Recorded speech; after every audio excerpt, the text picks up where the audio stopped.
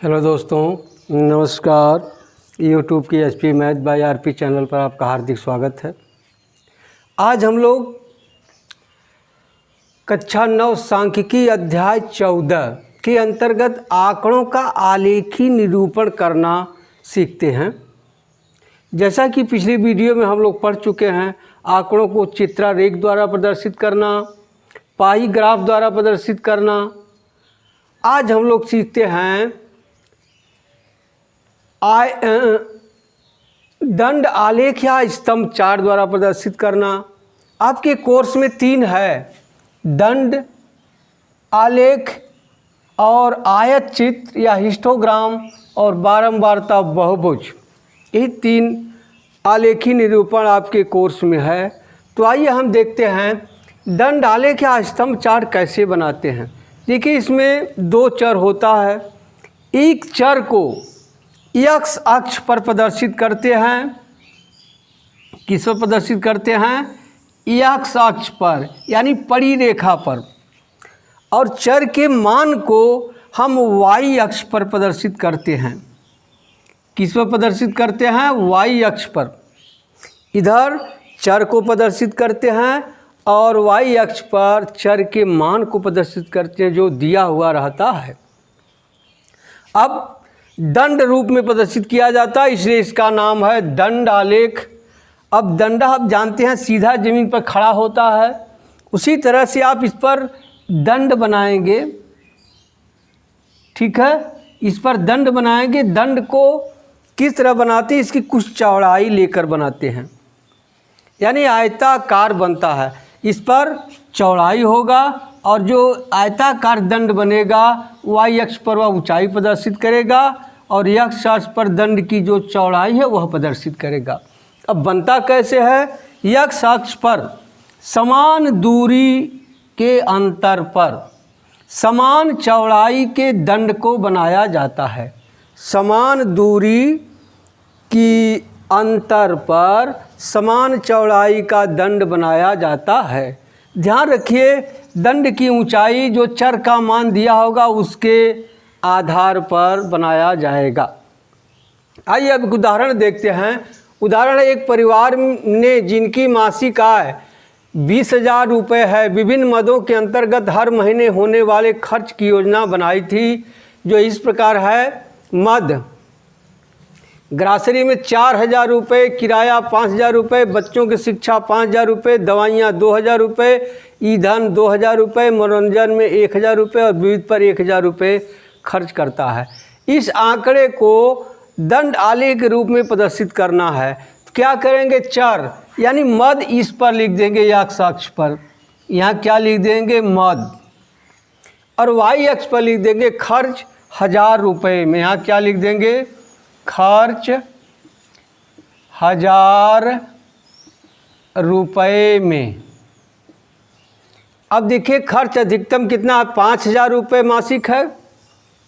आप इस तरह का पैमाना मान लीजिए कि यह वाई अक्ष पर न बहुत बड़ा हो न बहुत छोटा हो। तो देखिए यहाँ क्या है? 5,000 है, तो हम पैमाना मान ले रहे हैं वाई अक्ष पर पैमाना बराबर क्या हो जाएगा? 1 सेंटीमीटर बराबर 1,000 रुपये ही कर दे रहे हैं। क्या? 1 सेंटीमीटर बराबर 1,000 रुपये हो गया। अब 1-1 सेंटीमीटर पे यहाँ निशान लगा लीजिए। देखिए 1,000 में है तो हम यहाँ 1 लिख दे रहे हैं, इसका मतलब होगा 1,000 हो जाएगा। 1,000 फिर यहाँ हो जाएगा 2,000, यहाँ हो जाएगा 3,000, 4,000, 5,000, 6,000, 7,000, इसी तरह से। अब क्या करना है? ग्रासरी 4,000 रुपये है। अब इस पर कुछ जगह छोड़ करके, मान लीजिए इतना जगह छोड़ करके ग्रासरी 4,000, देखिए यहाँ लिखा, इसके सीध से एक आप पाई खींचेंगे, इंची से खींचेगा। अब समान चौड़ाई, मान लीजिए 1 सेंटीमीटर चौड़ाई लेते हैं। 1 सेंटीमीटर चौड़ाई ले करके इस तरह से आप खींच दीजिएगा, स्केल से खींचेगा, सीधी रेखा होनी चाहिए। यह हो गया, किसमें है? ग्रासरी, यहाँ लिख दीजिए ग्रासरी। या आप नीचे लिखे या ऊपर लिखे। फिर आगे है किराया 5,000 रुपये। अब जितना जगह यहाँ छूटा है उतना जगह यहाँ छोड़ करके आप खींच दीजिए 5,000 रुपये।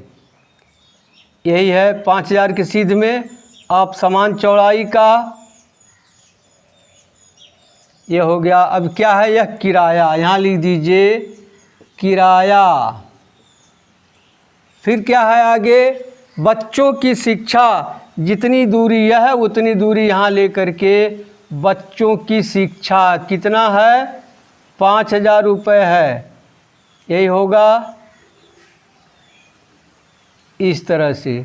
यह क्या है? बच्चों की शिक्षा, बच्चों की शिक्षा। पुनः इतनी दूरी लेकर के आगे कितना है? 2,000 रुपये। अब 2,000 देखिए यही है, इसके सीध में आ जाएगा ये। अब इस तरह से एक आयत बना लीजिए।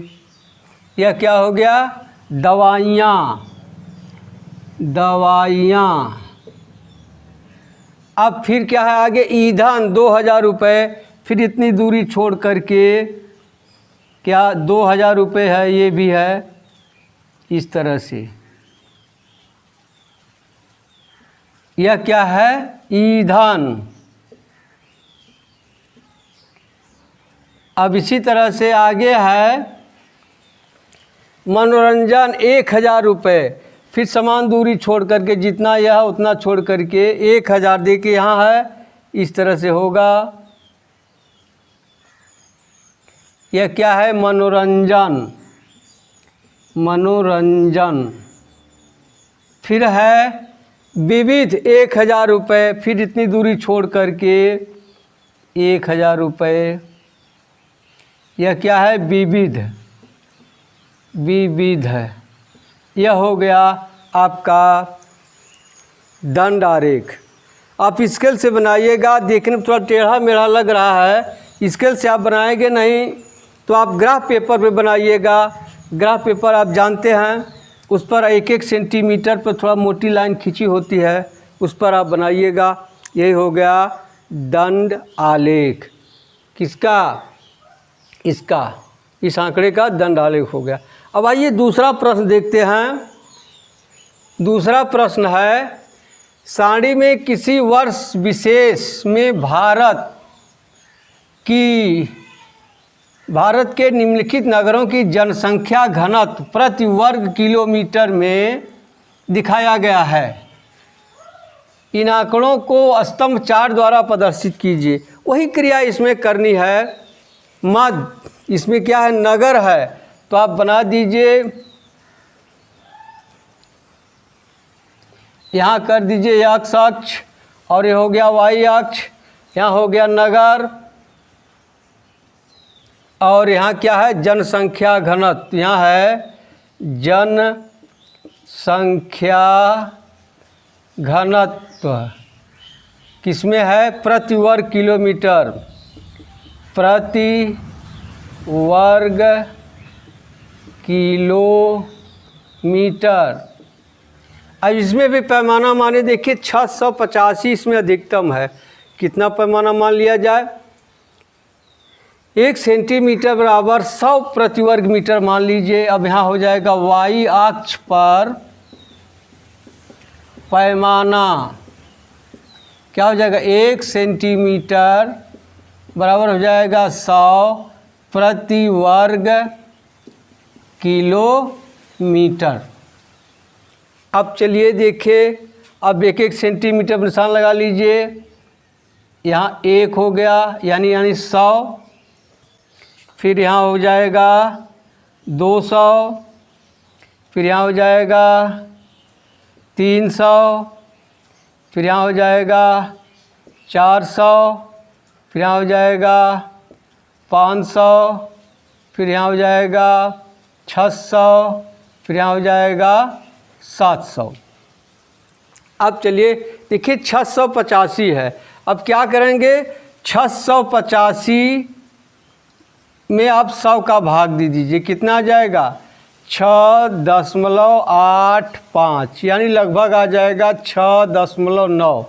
अब 6.9 यहाँ 7 के करीब करीब होगा। अब खींचिए, यहाँ से सीधी रेखा खींचिए स्केल से।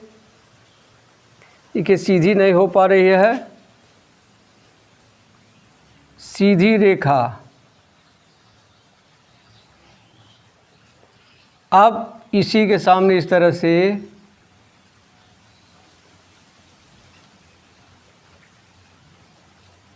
यह हो गया। क्या है, आप चाहें तो यहाँ लिख सकते हैं क्या, 685। यह 7 से थोड़ा सा कम होगा, बहुत थोड़ा सा कम होगा। 685 हो गया।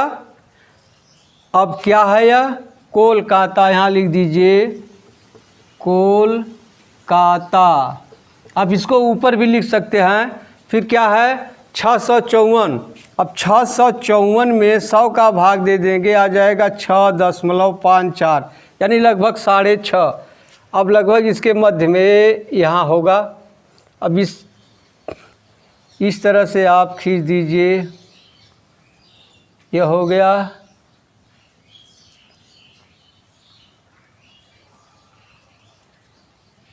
यह हो गया। अब क्या है यह, बम्बई, बम्बई।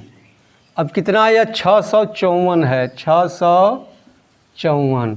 फिर है 423। 423 में 100 का भाग दे देंगे, आ जाएगा 4.23। 4 से थोड़ा सा ज़्यादा होगा, यहाँ से लगभग इस तरह से खींच दीजिए।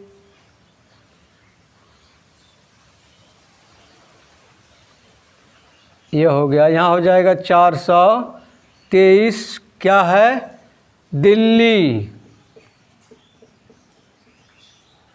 दिल्ली। फिर है मद्रास, 205। यहाँ भी 205 में 100 से भाग दीजिए, जो पैमाना आप माने आ जाएगा 2.05। 2 से बहुत हल्का सा ऊपर होगा, देखिए यही लगभग होगा।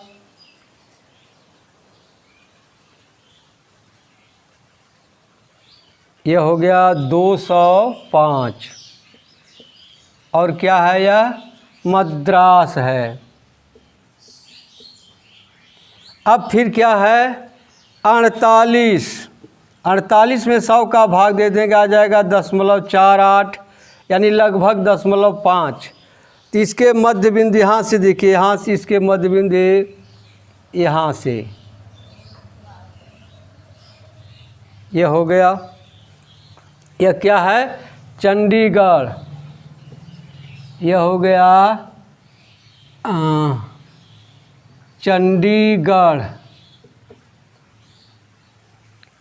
यही हो गया दंड आलेख। इस आंकड़े का दंड आलेख यह हो गया।